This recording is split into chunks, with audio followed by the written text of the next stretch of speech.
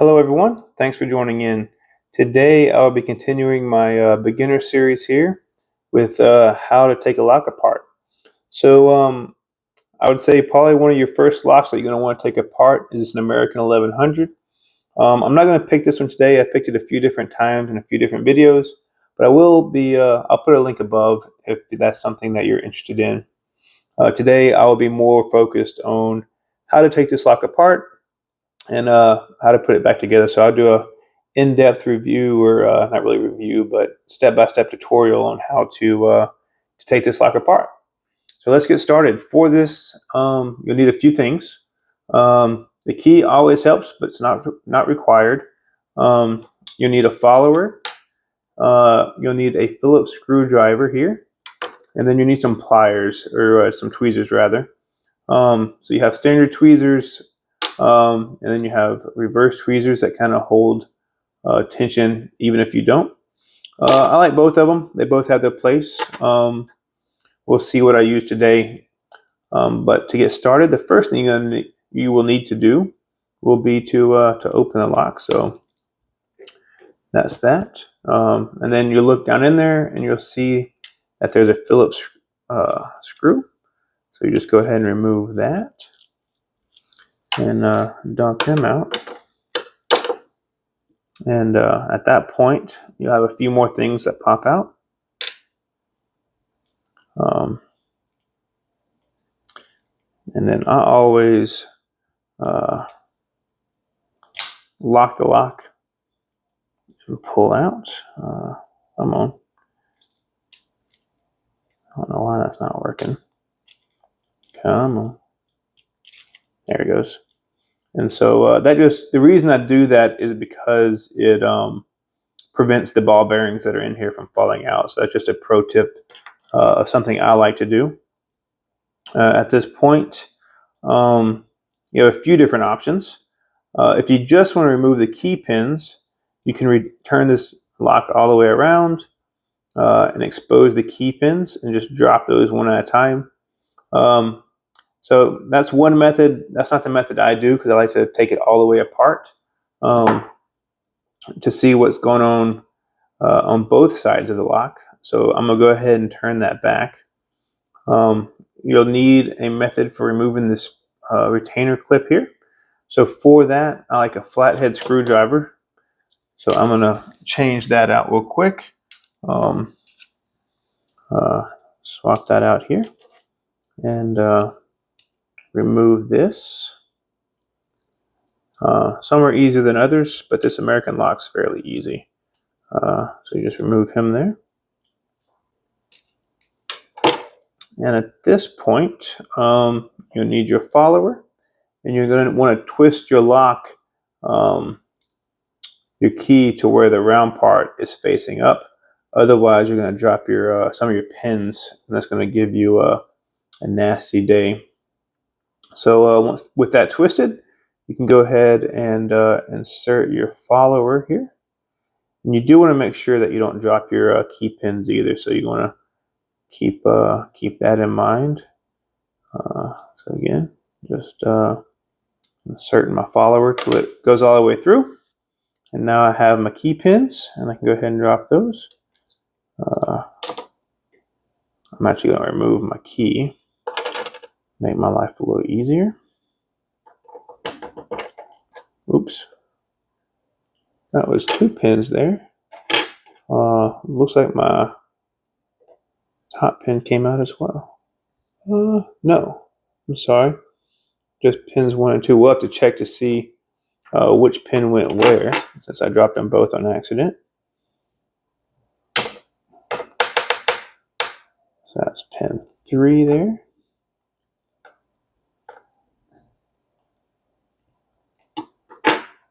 Pin 4. Come on. Pin 4. And then pin 5 here. And again, we don't know exactly if 1's right or 2's right, but we'll figure that out in a second. So now we'll move on to our main ones here. And so if you want to know the front from the back, the easiest way I can say is if you look here, the front has this little cutout here, and that's relief is for this little step here. So I will go ahead and remove pin 1 and go on from there. So that was very out of focus. Let me see if I can restart and act like I didn't do that.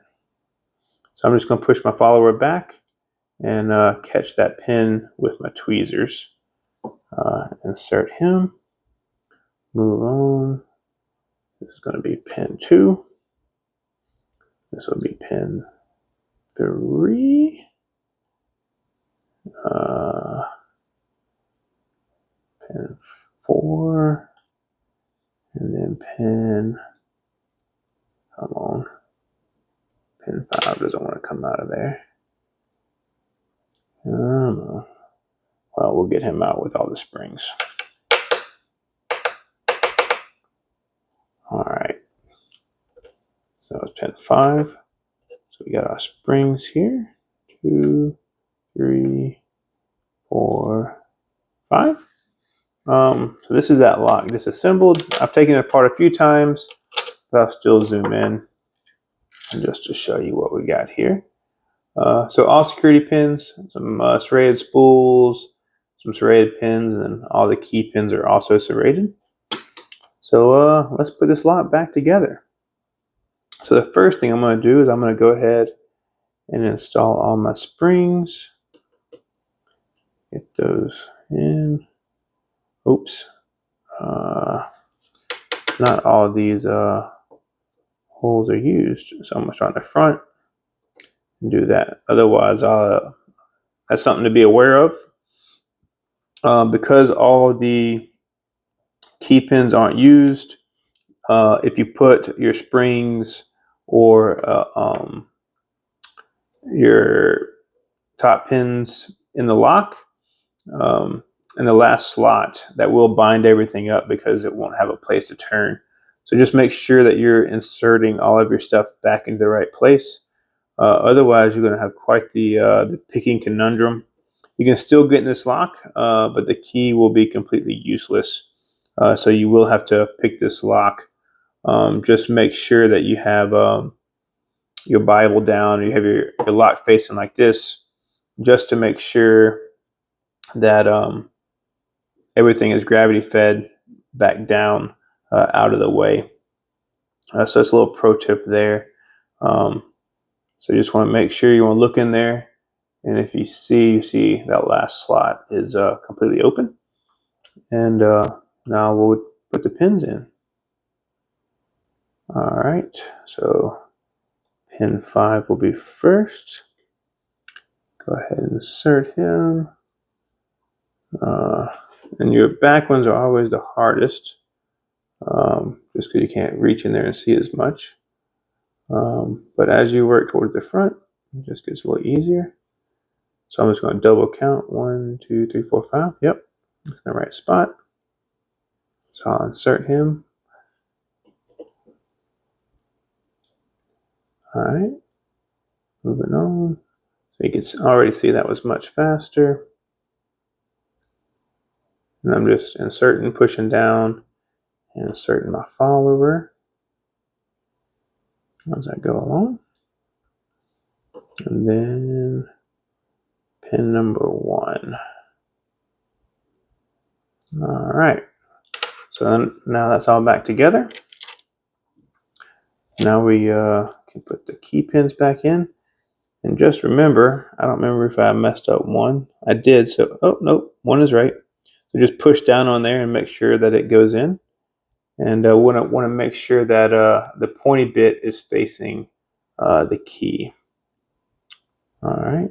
So 1, 2, 3, 4, and 5. All right. So now I can go ahead and insert my my pins back in. So for this, again, I'm going to clock this off to the side. That way I don't get anything trapped in this this last slot here. Also, almost messed up. I don't know if you saw that. Almost inserted the slot or the cut here first. So you want to make sure that you have that round bit up so that the top pins will ride on that. And so I'll go ahead and go there. Very uneventful, which is what you want. And at this point, I usually pull the key out just to lock it in.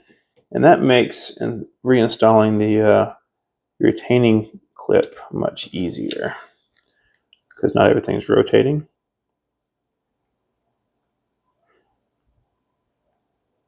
All right, so got that clicked back on. Just one last check to make sure the key works. Pull that off. So that's that. So you might have noticed also, maybe you were taking this apart and these little protective shims fell out. So what this does is it's just a protector, so you can't bypass this lock. So when you put it back together, if this does fall out, it's not the end of the world. You'll just install it back on like this. So it just fits one way, so you can't really mess that up. So at this point, I'm going to pull the key back out. All right, I don't know if I checked it. Yep, key works. Pull that back out. And now I'm going to reinsert this. And because I have this little shim on there, protective plate, I'm going to keep this facing up and my lock facing down. And I'm going to go ahead and insert that just like that. And then I'm going to reinstall this. And then go ahead and put this that little guy in there.